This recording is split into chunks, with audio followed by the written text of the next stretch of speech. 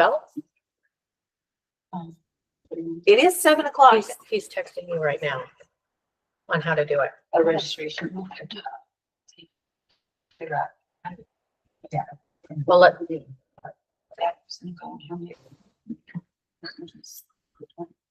okay, well, we do have quorum. Okay. The meeting of the Willamina School Board is now called to order. Call then, okay. Let's start with the Pledge of Allegiance.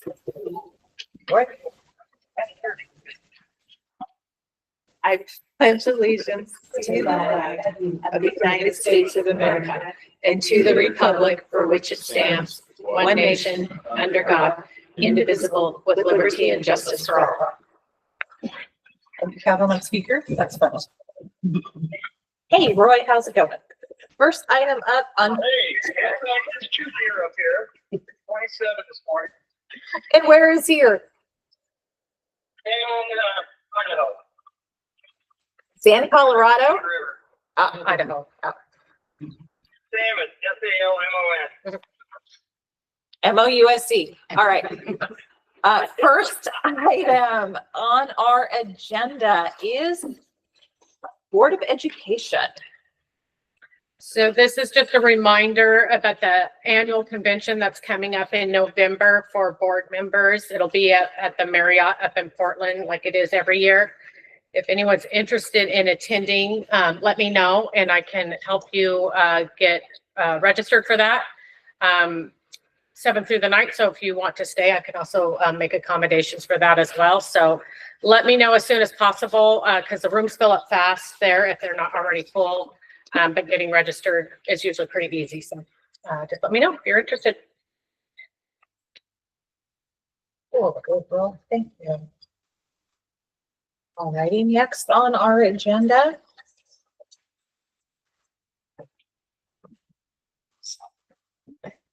I will entertain a motion for the consent agenda.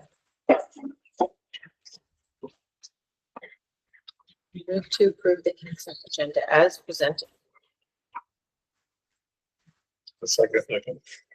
I'll second that. You guys want to rock, paper, scissors it? Nope. Okay. The motion to approve the consent agenda as presented has been moved and seconded. Are there any questions or comments for board discussion? Hearing none, I call for the vote. All those in favor of approving the consent agenda as presented signify by saying aye. Aye. Aye. Aye. All opposed signify by saying nay. Roy, are you going to vote on that? Are you still connected? Hi, I had you muted. Oh, nice. Okay. Motion So you is, don't hear any background noise. Okay, that's fine. Just be sure that you chime in when we're voting. Right. Thank you. Motion's passed. Next up on our agenda, we have superintendent's report. Yeah, we're going a little more low tech tonight. I have to stand up here to present. But first I want to make sure everybody knows Michaela. She's our new student representative. So you'll get to hear from her in a minute. But were you on my interview committee? I was. Yeah, she was grilling me too. I won't ever forget that. No, I'm teasing. Yeah, so we had a great assembly. Superman, I think, connected well with our kids. I think it was fun to watch the different messages by each grade level. So I'm sure that people will talk about that throughout the evening. We had a parent night where we shared with Sheridan on our second language outreach. We hosted a dinner, had some guest speakers, gave away lots of books. Probably had about 20 families show up for that event in our cafeteria. The biggest news is our elementary is off watch with ODE, which is a huge deal. That means they scored well enough last year on their state assessments. We still do have one school, our middle school, on watch, and we're working hard on that. And you'll hear from Jamie here in a little bit. I attended the Confederated Tribes, the Grand Ron open house out there to walk through all their buildings, collected my books. They have a whole new series of books that just got published. But it was really fun to see that. And Probably the highlight of that evening was watching Gracie lead a lot of the young kids and a lot of the dancing during the drumming and things like that. So it was fun to go be a part of. And we're working hard on our relationship with the tribe. We're implementing a system called Safer Watch. And really school districts across the region are moving to it. But basically it's a program that allows us to geofence our campus, and all the teachers will have the ability to get an app on their phone. And so if they have a kid that's a runner, they can punch the button and it tells Jamie, myself, whoever's tied to that particular teacher, hey, where they're going, where they're headed in that process. It also has a capacity that if we have a bigger situation on campus, potential active shooter or something like that, it alerts law enforcement and different things like that. So medical, I see it mostly being used for in-house support. It does geofence our campus. So if we have a teacher that's on vacation and sits on their phone and activates the button, it won't do anything in that process. So that's coming on here in the next couple of weeks. I've been attending a lot of the Economic Development Council with our community folks. That also kind of alternates with the chamber and the Kiwanis. We talked about that parent night. Been doing a lot of work with COSA and the regional superintendents, really kind of getting the ins and outs, and about 300 and some reports that we do as school districts and about 35 different software platforms that I'm becoming partially proficient in. We met on the CTE behavioral health.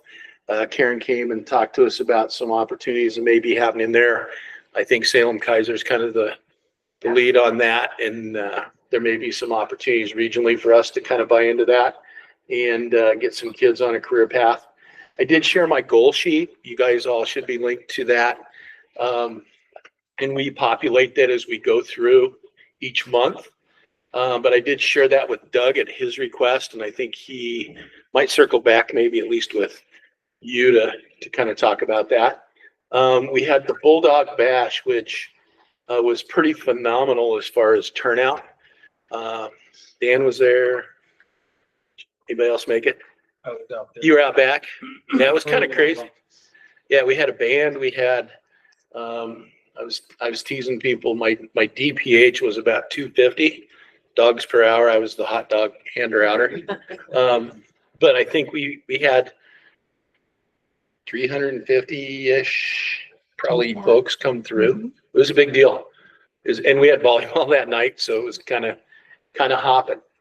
And then Transcend. So as we work, I just met with leadership, and this is a picture of Gracie doing some dancing and things with those younger kids.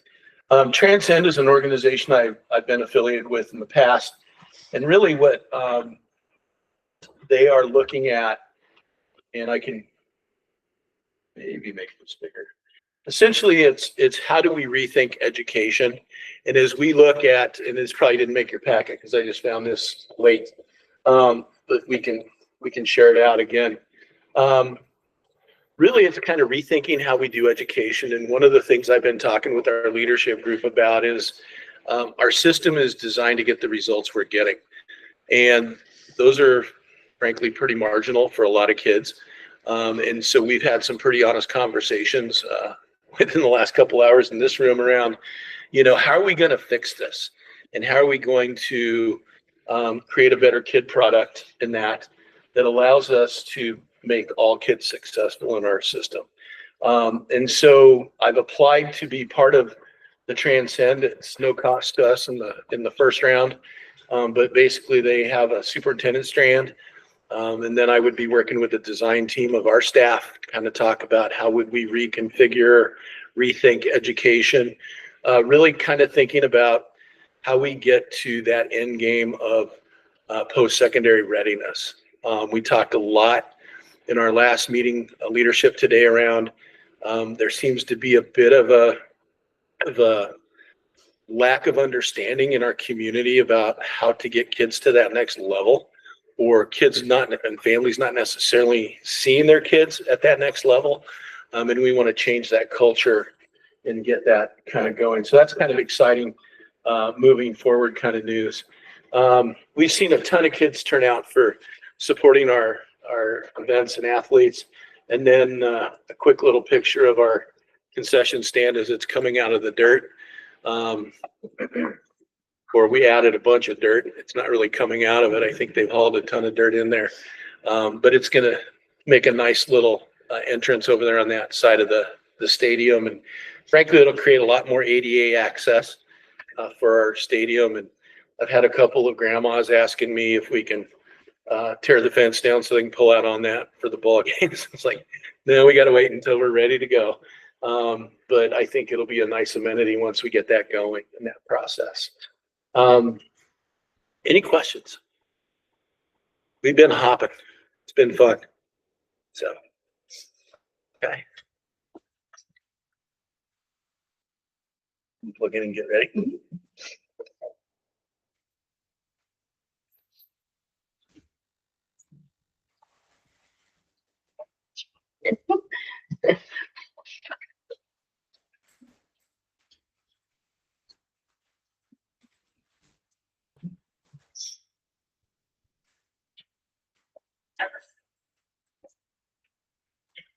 So while Jamie's getting set up, I will preface this with, we're spending a lot of time tracking data points.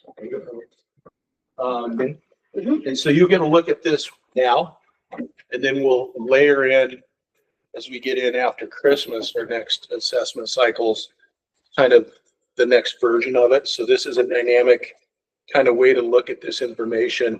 And one of the things I shared with our staff is we need to do this, A, so we can track our progress, but B, so that when we do have some wins, we celebrate them, because I think right now we kind of do a lot of stuff and we go, gosh, I think that worked, it didn't work, it did work. So we can be very methodical around how we attack this work. So we're being efficient and doing the right stuff in a timely manner. Did I stall? Yeah, you did great. Right. Good evening. I wasn't at the last meeting, so our first meeting of the year, which is nice.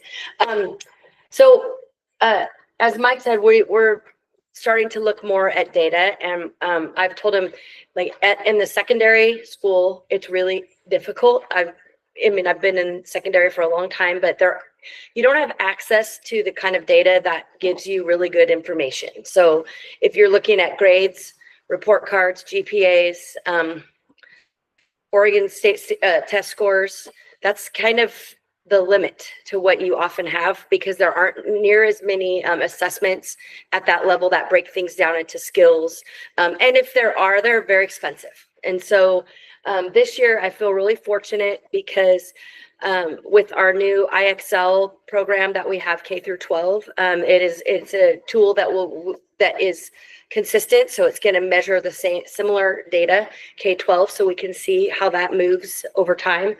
Last spring at the middle school, I've been wanting to, for several years, try to have some form of reading intervention for our students, because in the elementary, students are learning to read, and then they flip over into middle school and then they read to learn.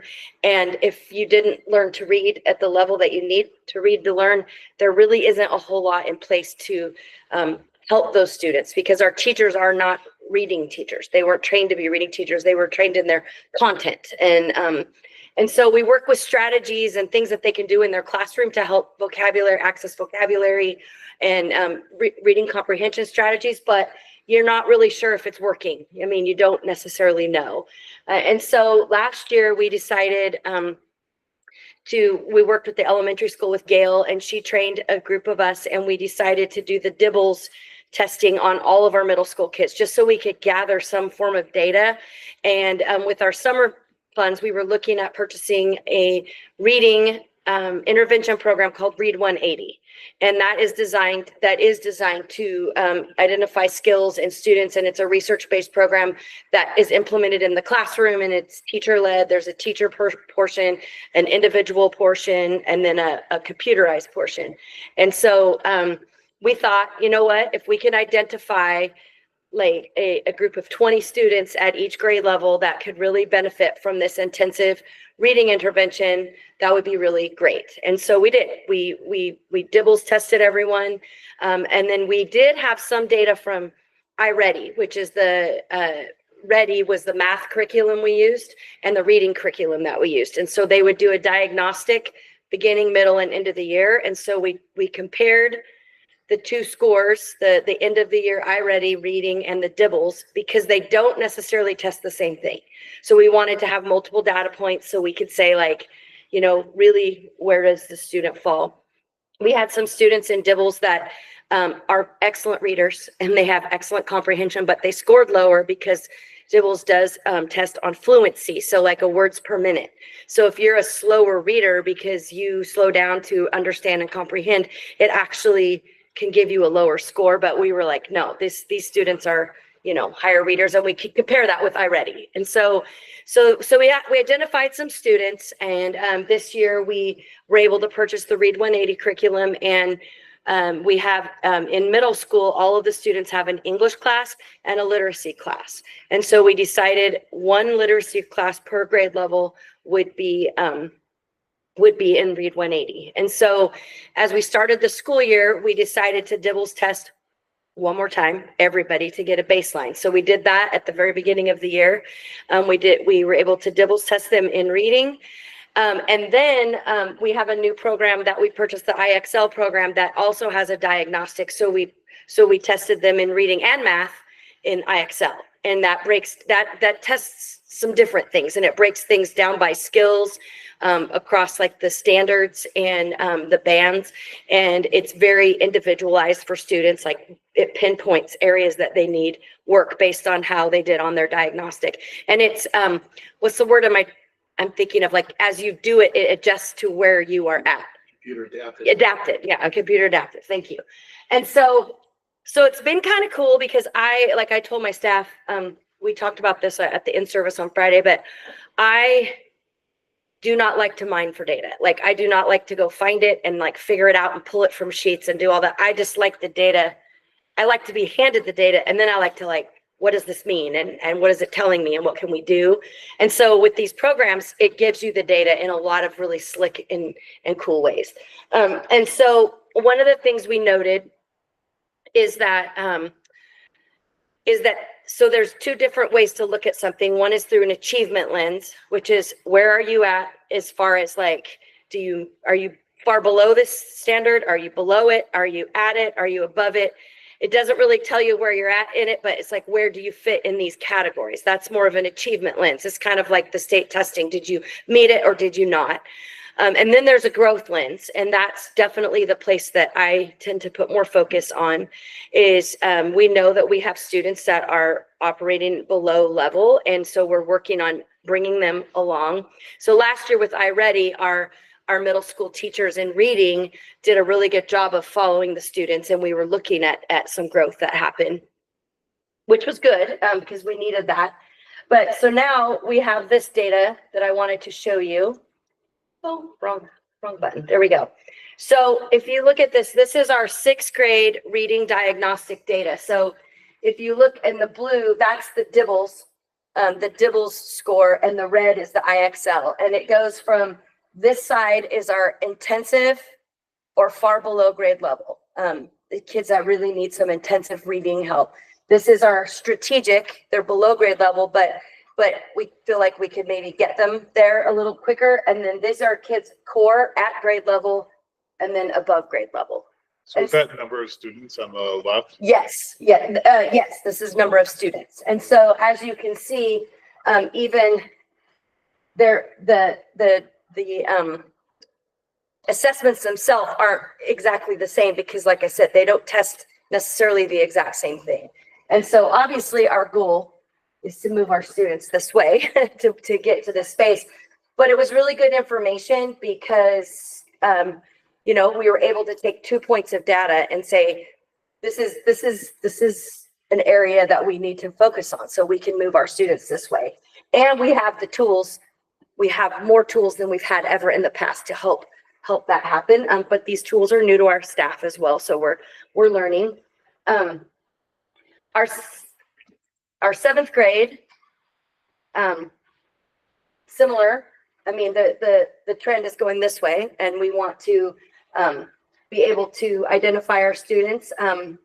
Like I said, this one was a pretty big discrepancy, but the IXL, like I said, it looks at more of the skills than just that fluency piece and comprehension. And then we have our eighth grade.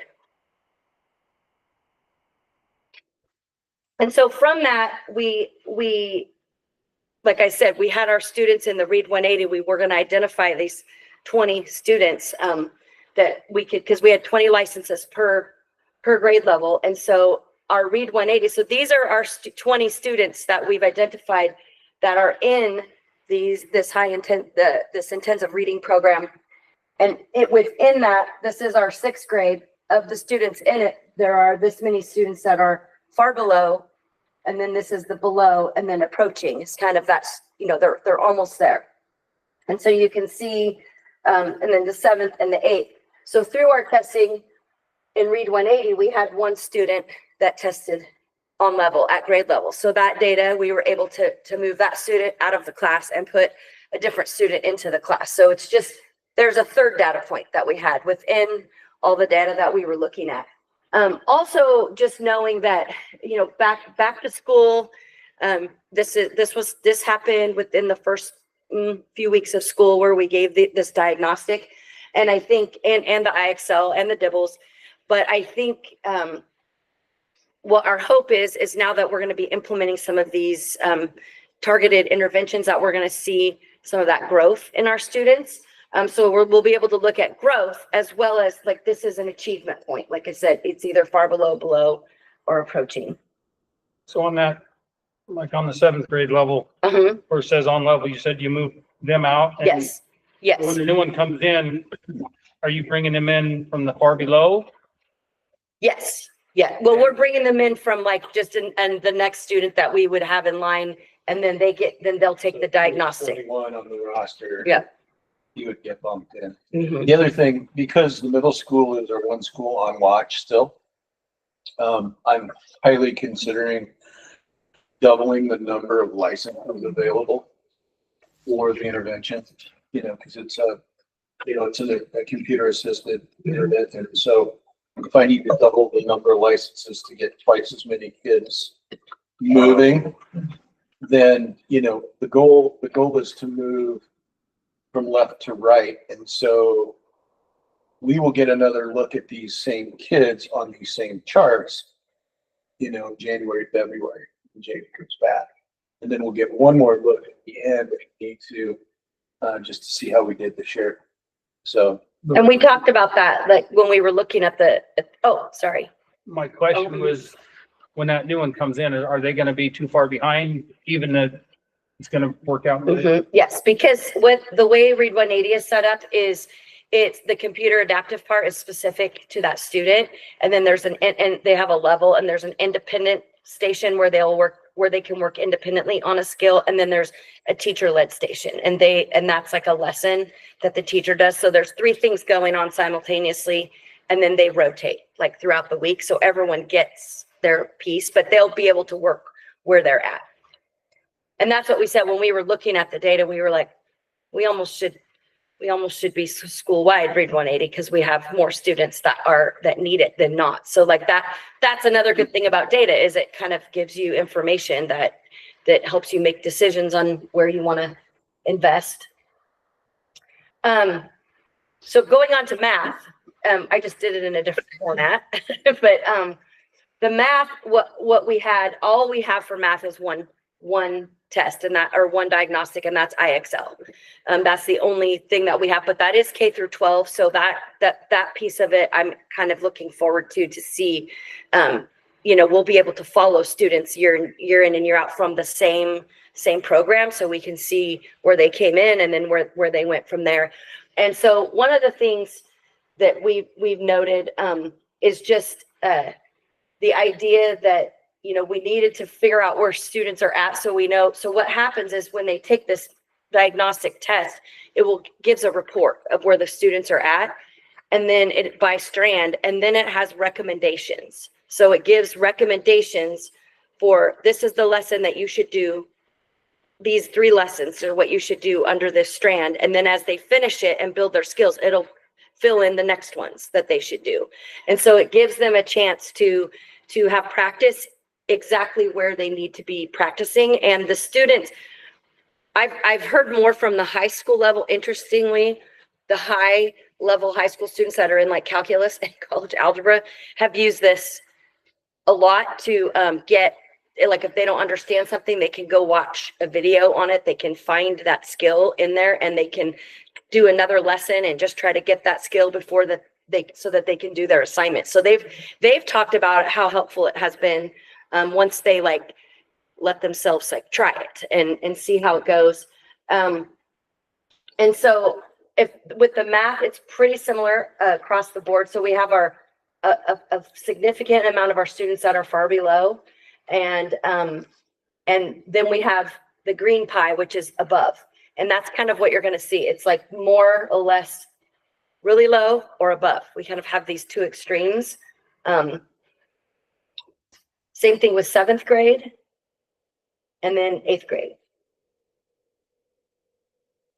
And so this is where, so we've been doing some work in the 6th grade team. They have really like latched on to IXL. And so they've built in these lessons for the students throughout like the school day, so that students can work independently on what they're supposed to be working on. And then they, and what it does is it keeps track of the skills that you gain. And then when you've mastered a skill, then that gets put in there, and that's going to have something to do with like our growth report. But they've been like, this was ELA, the teacher. And so this is really fuzzy, but it talks about like every period, how many hours that those students have put into this work and how many skills that they have gained. And the students are really responding to this because they're seeing instant growth or instant data that, you know, look at all that we've accomplished. And then this is our math, 6th grade math. They have by period, just they're keeping track of who has, you know, how well the students have done and what they've earned. The other piece of the math and the reading in IXL is they can work on these specific topics. A teacher can also assign something to the whole class. So if they're learning a topic and they want to assign like an additional piece to support it, they can assign that to everyone. And then there's also an opportunity for students throughout the week to just get back on, and it's called Go Into the Arena. They go into the arena and they're just kind of doing some more diagnostic. They're just taking some more computer adaptive, just answering questions. And as they answer those questions, if they're making growth, it will show in real time. So we'll be able to see some of that. So we're really hopeful about it. I think the thing that we really focused on in our data meeting with the teachers is that, like, this is a really great tool, but if our students don't understand why we're doing it, we just give it to them, then they're just going to do what they do is like, click, click, you know, I'm not really paying attention. And so like the students have access to their individual reports. The teachers can have conferences with students to show them where they're at. And in some cases, they could be at grade level in 2 areas and way below in 2 other areas, because it's focusing on like an area that they may need more support with. It's like a whole. And so it's a way for them to bridge that gap. It's kind of a loaded question. Those reports, will those be also shared with parents at parent conferences? Absolutely. Yeah. I Kind of what yeah. it needs to bone up on is what they, because can they access this from home as well? Yeah. Mm-hmm. Yeah. So, you know, I think our goal would be like with report cards, even to send something out with like to everybody with like a explanation of what this is and what we're using and how we're using it, just so that everyone can see. And I guess that's what I say, like as a secondary parent, you don't really get this kind of information in the mail, because there really isn't. You get grades and you see the home access or you know, you see what assignments are missing, but you're not sure what that is. well, and we've talked, you know, a lot about with staff to get the high school, you have kid that's getting an A, but their skills are here on a diagnostic, but they might be in a calculus class, you know, so how does that all kind of align so that what a kid knows is really what a kid knows and our grades correlate to that type of deal? So, you know, we're doing some kind of analysis on the back end of making sure that we're grading the right stuff for kids to show what they know in that process. And in support of what Mike was talking about with Transcend, like looking at school in general, is what's hard is our students, they learn something for the moment. A lot of them, like, it's like, if you struggle with fractions, I mean, they've learned fractions in 3rd grade, like it's been in every year. So they'll learn something for the moment, but a lot of times it's not like in here, like they don't have it, they haven't connected with it, or it hasn't stuck with them. So it's not necessarily going with them. And so a lot of times that comes out in these types of things because they haven't been practicing that thing and they can't remember how to do it, or they just need to be refreshed, or they need to go back. And so I think it's also good. I had a high school student a senior who came and worked with me the other day because I wanted to see what students see, because I wanted to look at it from their angle. And, he showed me, like, this is an area that I need to get some work on. So here's what I would do. I mean, he took me through it and told me how valuable it has been for him to just get more information. It's a tool that, for parents too, like if they don't know how to help their student, it's a great tool for that. So as I would say, not, it doesn't look really great right now on paper, but I do have a lot of hope that, like, I know our students have made growth because I've seen it on like the iReady diagnostic, but I feel like our teachers understand because they've seen this now and they're like, oh, okay, and we have the tools to help them get there, hopefully. And this is our attendance at middle school. So this is in the green is the 90 to 100%, which is that chronic absenteeism rate that Mike had talked about earlier. So these are our students who are meeting the 90% attendance threshold. And then the yellow is 80 to 90. And so that's a good, that's a good chunk of our students that are here. And this is that area where we can identify those students that are just missing a little bit too much, and we can figure out why and try to get them.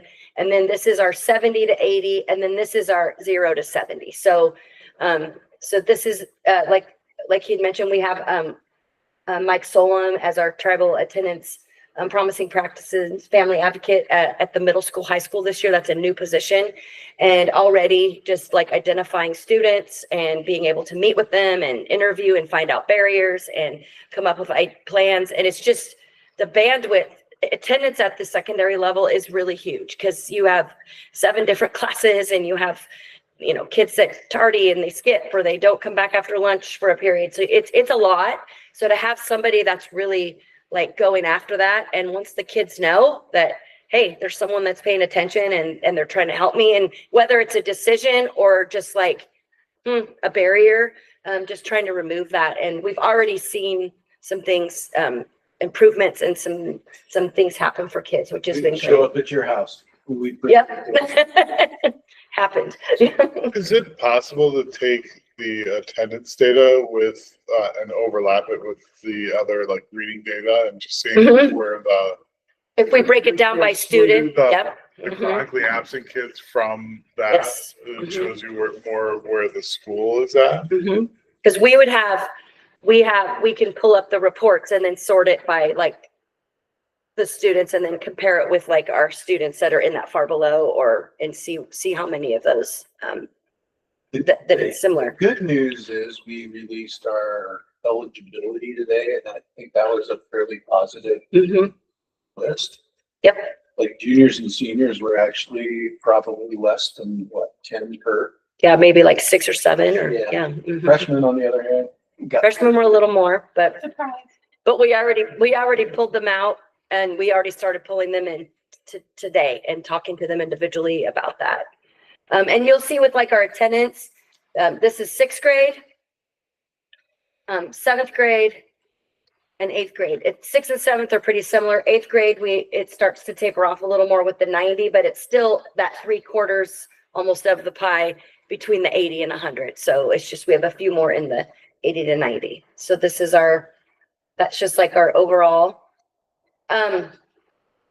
Before I just highlight things, is there any questions, other questions you have about the data? Good questions. You get some data on the parents that are lazy and don't want to bring their kids to school or Yeah, you mind that for me, you know? That's what I wonder. How many of the parents like, oh, I don't feel like taking this one, and you know. And that's those are the things that we're trying to figure out with Mike, because like now we have some bandwidth for people to, because I will tell you, I mean, attendance is super important, but you're constantly triaging. So if you're in the middle of these things, the attendance is usually the thing that, you know, you don't deal with because it's not on fire over here like these other things are. So I think to have somebody that has the bandwidth to be able to go out and focus on this, then it frees us up to, and then he'll be able to say, here's, you know, he's already come back and said, here's a barrier for this student. What can we do? What can we do for this family? Or, so, I mean, that's helpful. And to your point of, like, there are kids that actually have barriers. Oh, I'm sure. And then there's kids that absolutely don't have barriers that just are blowing us off. And we had a conversation about, you know, do those kids need additional opportunities to come to school like on Saturday morning? Get a little personal attention from somebody that really cares about them. So we may start to see some of those things evolve as we go. You know, it's kind of you take our time, we're going to impede your time a little bit. April, question. Yes. Is there a way to identify, are Mondays influencing the attendance rate? Is Monday, I don't, right now we haven't broke it down by day, but like our Mondays are different this year. So, so far I think it's been, you know, pretty good as far as, because a lot of the kids are using it to get help and to get, you know, work in their classes. So it's, Be interesting to look at though. yeah. Once we get more Mondays and be able to look at that. Our highlights are, our middle school, Casey Anderson has started middle school Smile.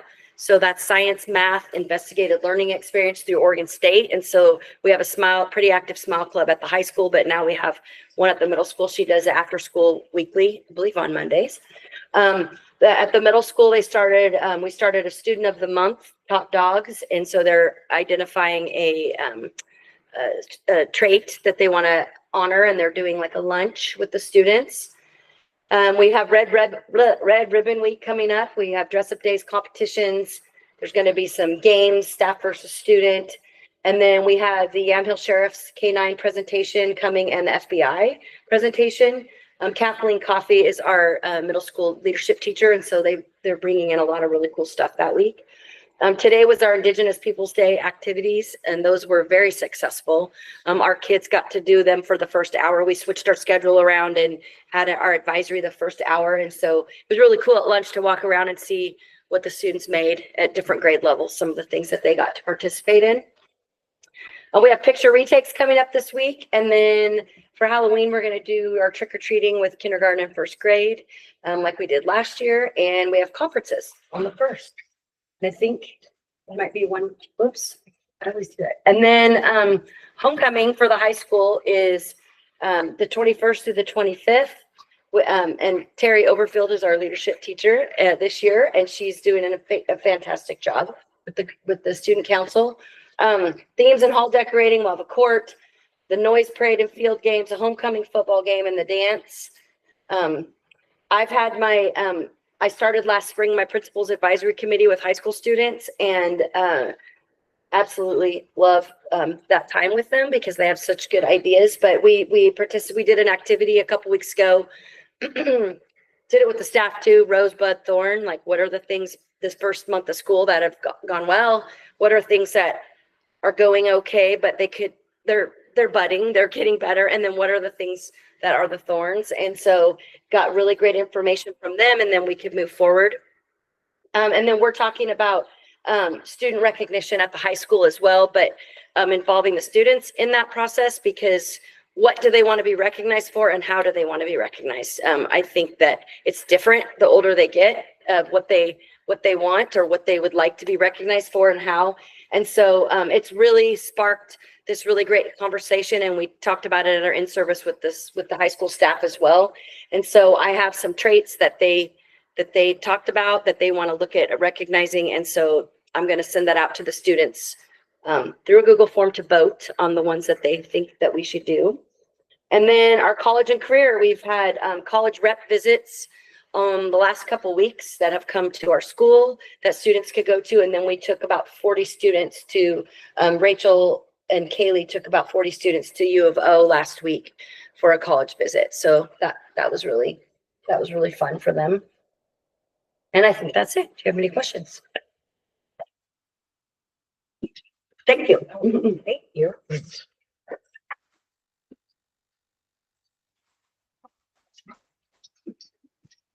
Okay. Our elementaries, Sarah gave us a handout for the elementary school report. She's not going to be here to present. Angie is not here with her tribal report, so we have Michaela with the report. Yay. Am I good to stay here? Should I go up? Should I? You're good to stay You're here. good to be right there. All right. Good right there. So right now I have a lot of things that these two had, so I'm going to try not to go over the same thing twice. But right now for our athletics, there's not too much to report, but our cross country team did place first out of 8 schools in our first annual home meet. And tomorrow, I believe, is our teddy bear toss. And that'll be the fundraiser for the police department with all the teddy bears that'll be happening between the JV and varsity volleyball games. For school activities, we have National Honor Society. It's really starting to get kicked up. Later this month, we will have 16 new members that'll be inducted. And right now we're just planning the same fundraisers that we usually do. So our trick-or-treating for canned foods and our shop for a student, we're starting to raise money on that to get the ball rolling. And this year, National Honor Society and leadership, they're not going to be doing the blood drive. It's going to be led by Mrs. Anderson and one of her advanced health classes. There's going to be 2, like there usually is. So the first blood drive date is December 11th, 2024, and the second is April 23rd. And then we had the Bulldog Bash. I know Mr. Gatz talked about it a little earlier. You know, we have TJ's food truck and Bulldog Brew both get involved. I thought that was really, really cool. They had the free drink coupons, and it's cool to get those things that the students are working on really involved, because some of us helped out with them. So it's pretty cool to see those actually starting. And once again, leadership is really trying to get ball rolling with homecoming. You know, it's coming up quick. So can I talk about the theme? Yeah. So The board, so yeah. you never know. Just But sworn to secrecy. this year, our homecoming theme is going to be award show themed. So Oscars, Grammys, Emmys, Big Source Awards. And we're doing it a little bit differently this year, where for the homecoming week, each grade will be in charge of their own specific day leading up to homecoming. So it'll be freshmen have Mondays, sophomores have Tuesdays, and Wednesdays and Thursdays. And that means that each grade is in charge of their dress up day, their assembly, what games are going to be played, all of that. So we're really trying to divide it up so everybody's voice gets heard in how we're participating. Our homecoming game is October 26th, and our dance is going to be that Saturday after the 26th. Our noise parade is going to still be on that Friday, October 25th. And What is a noise parade? the noise parade, that is like it's pretty great. So the whole school will really get involved with, oh gosh, how do I describe it? Making as much noise as possible. So the high school will be in charge of making floats, and usually these will be out of trailers and trucks or whatever we can get our hands on, and they'll be divided by grades.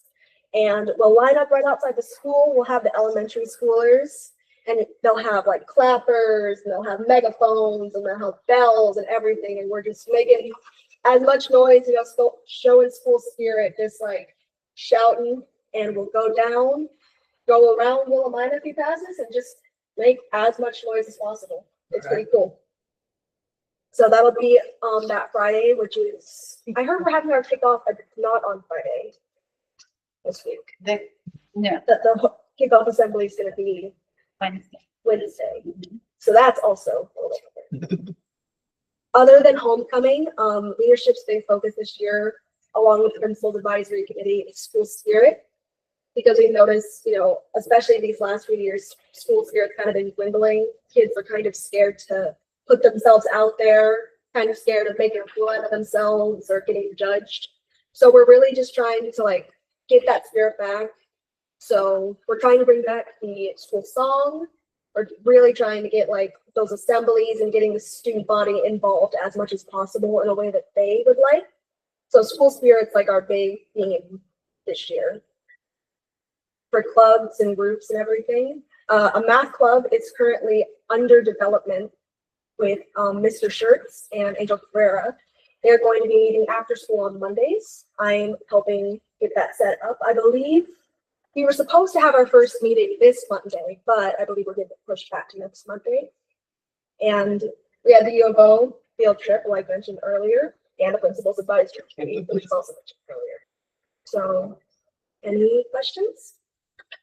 What's the route? How do you guys do the route now?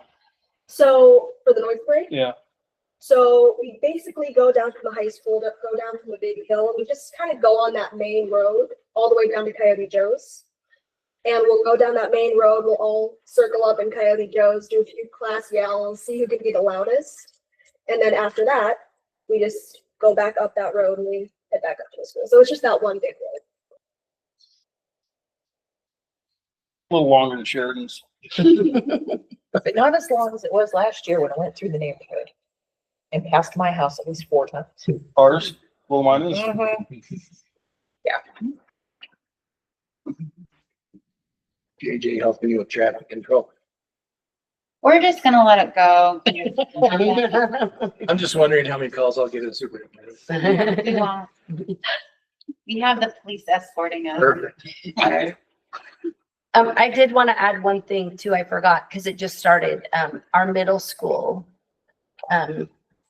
leadership is going to offer tutoring on Monday mornings before school, the hour before school starts, that 10 to 11 time. And so they're going to reach out to the National Honor Society and leadership kids that may want to come help. And then they already had 10 people sign up today that want to be a part of it. And so just another opportunity to create something where the kids can take some leadership in it, but also get some of the help that they need.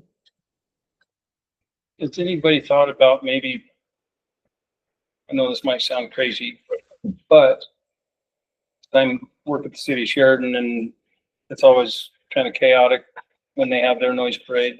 So say, I think there's a few more side roads that we have to control, but maybe posting something on social media of what time Great idea. that you're gonna be leaving here and the road will possibly be closed both directions. That way if Someone's in a hurry and then there's maybe come to this gas station down here and just, oh, what's going on here? I mean, they might be out of town, they might not know, but anybody that's in town, it might be nice to get that out there somehow.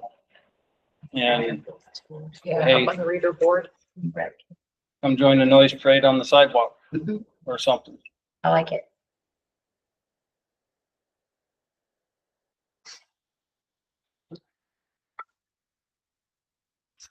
Thank you, Michaela. Next up on our agenda, audience time. Now's the time for our audience input. Anything from the audience they feel needs to come before the board that is not currently on our agenda for discussion. Let's give it a twist. Okay. Next item on our agenda, under reports and discussion, Division 22. That would be me. Ta-da. All right, so you have the narrative document in your packet. It looks very similar to what you probably saw last year from Carrie.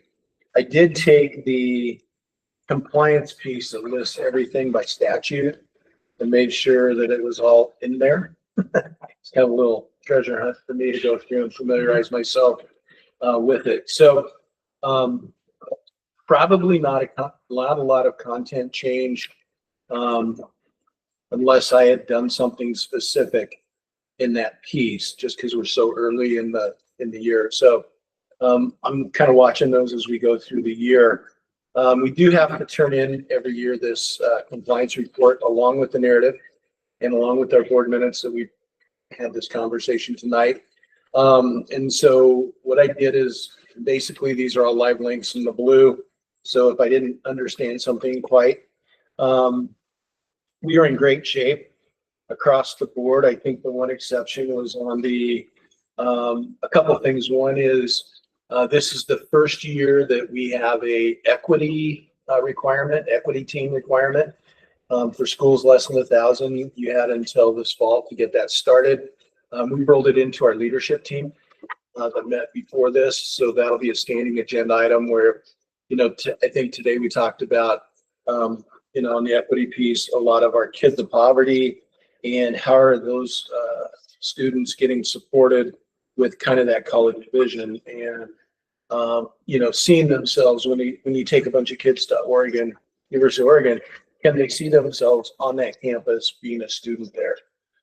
You know, what other opportunities are we providing kids to look at, whether it's technical colleges, smaller schools, you know, Chemeketa, those kind of programs. So, you know, as we kind of take things on, we can look at that. The other one, you know, you have a statute in the state that the menstrual dignity for students, we've ordered things where we're missing them, but I think we're also going to be, you know, in compliance after we get through our addition. I think we're in conversations with some of our folks.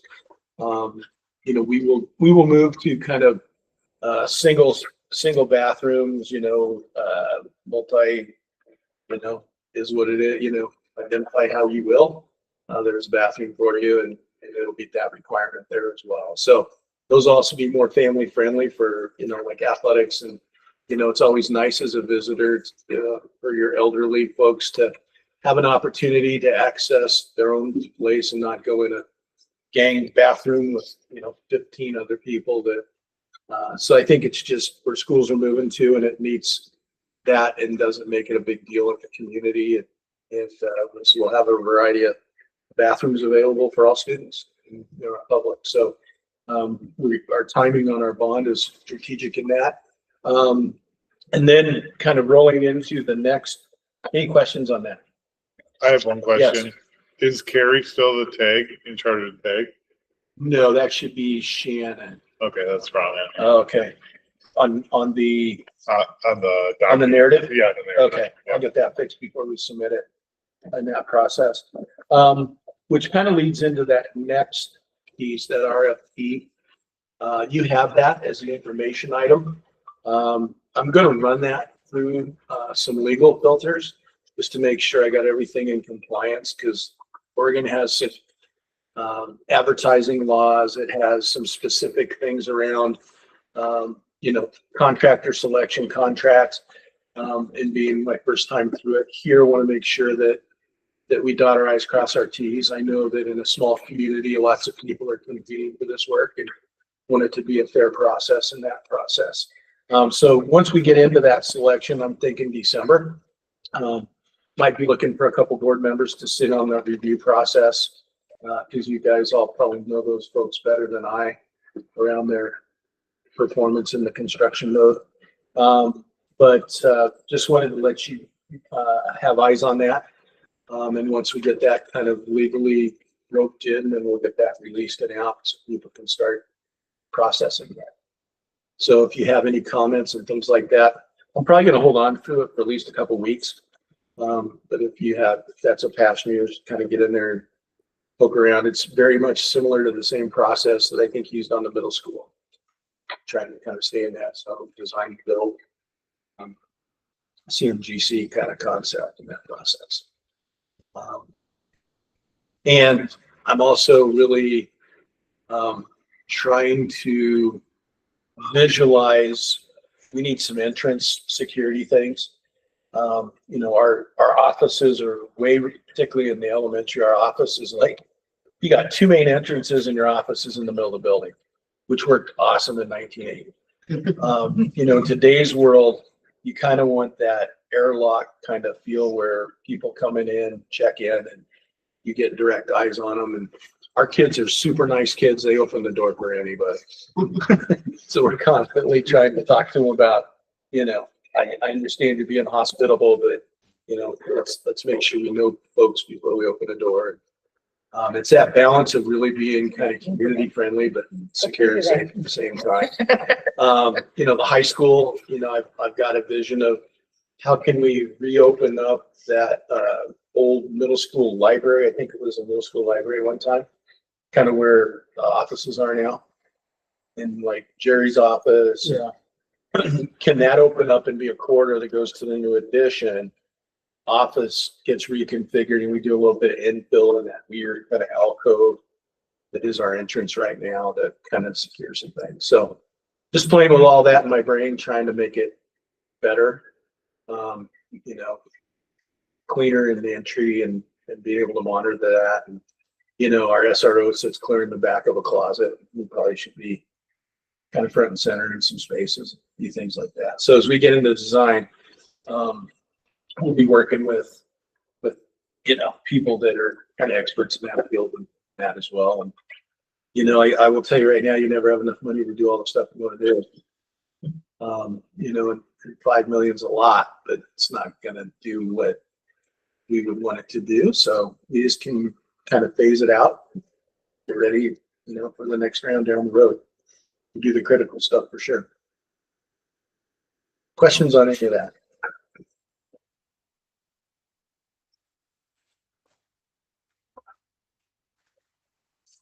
Thank you, Ryan. Your decision items and item number 8, future agenda item November 18th. Yes, just a reminder that the board meeting next month has been moved to the third Monday because of the holiday, the second Monday. And we will be having that at the Confederated Tribes of Grand Ronde campus. I believe it's going to be at their government center, but I will send you more information on that as we get that scheduled. I will not be here. Thank you.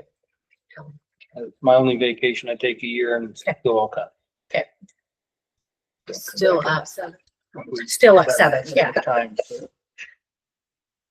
Well, and we're going to try and do at least one, not 2 meetings out there a year just to, you know, kind of Make it easier for the people out there to maybe attend. And I think it meets well with our impact aid documents we submit and we're collaborating and, you know, kind of working on that relationship.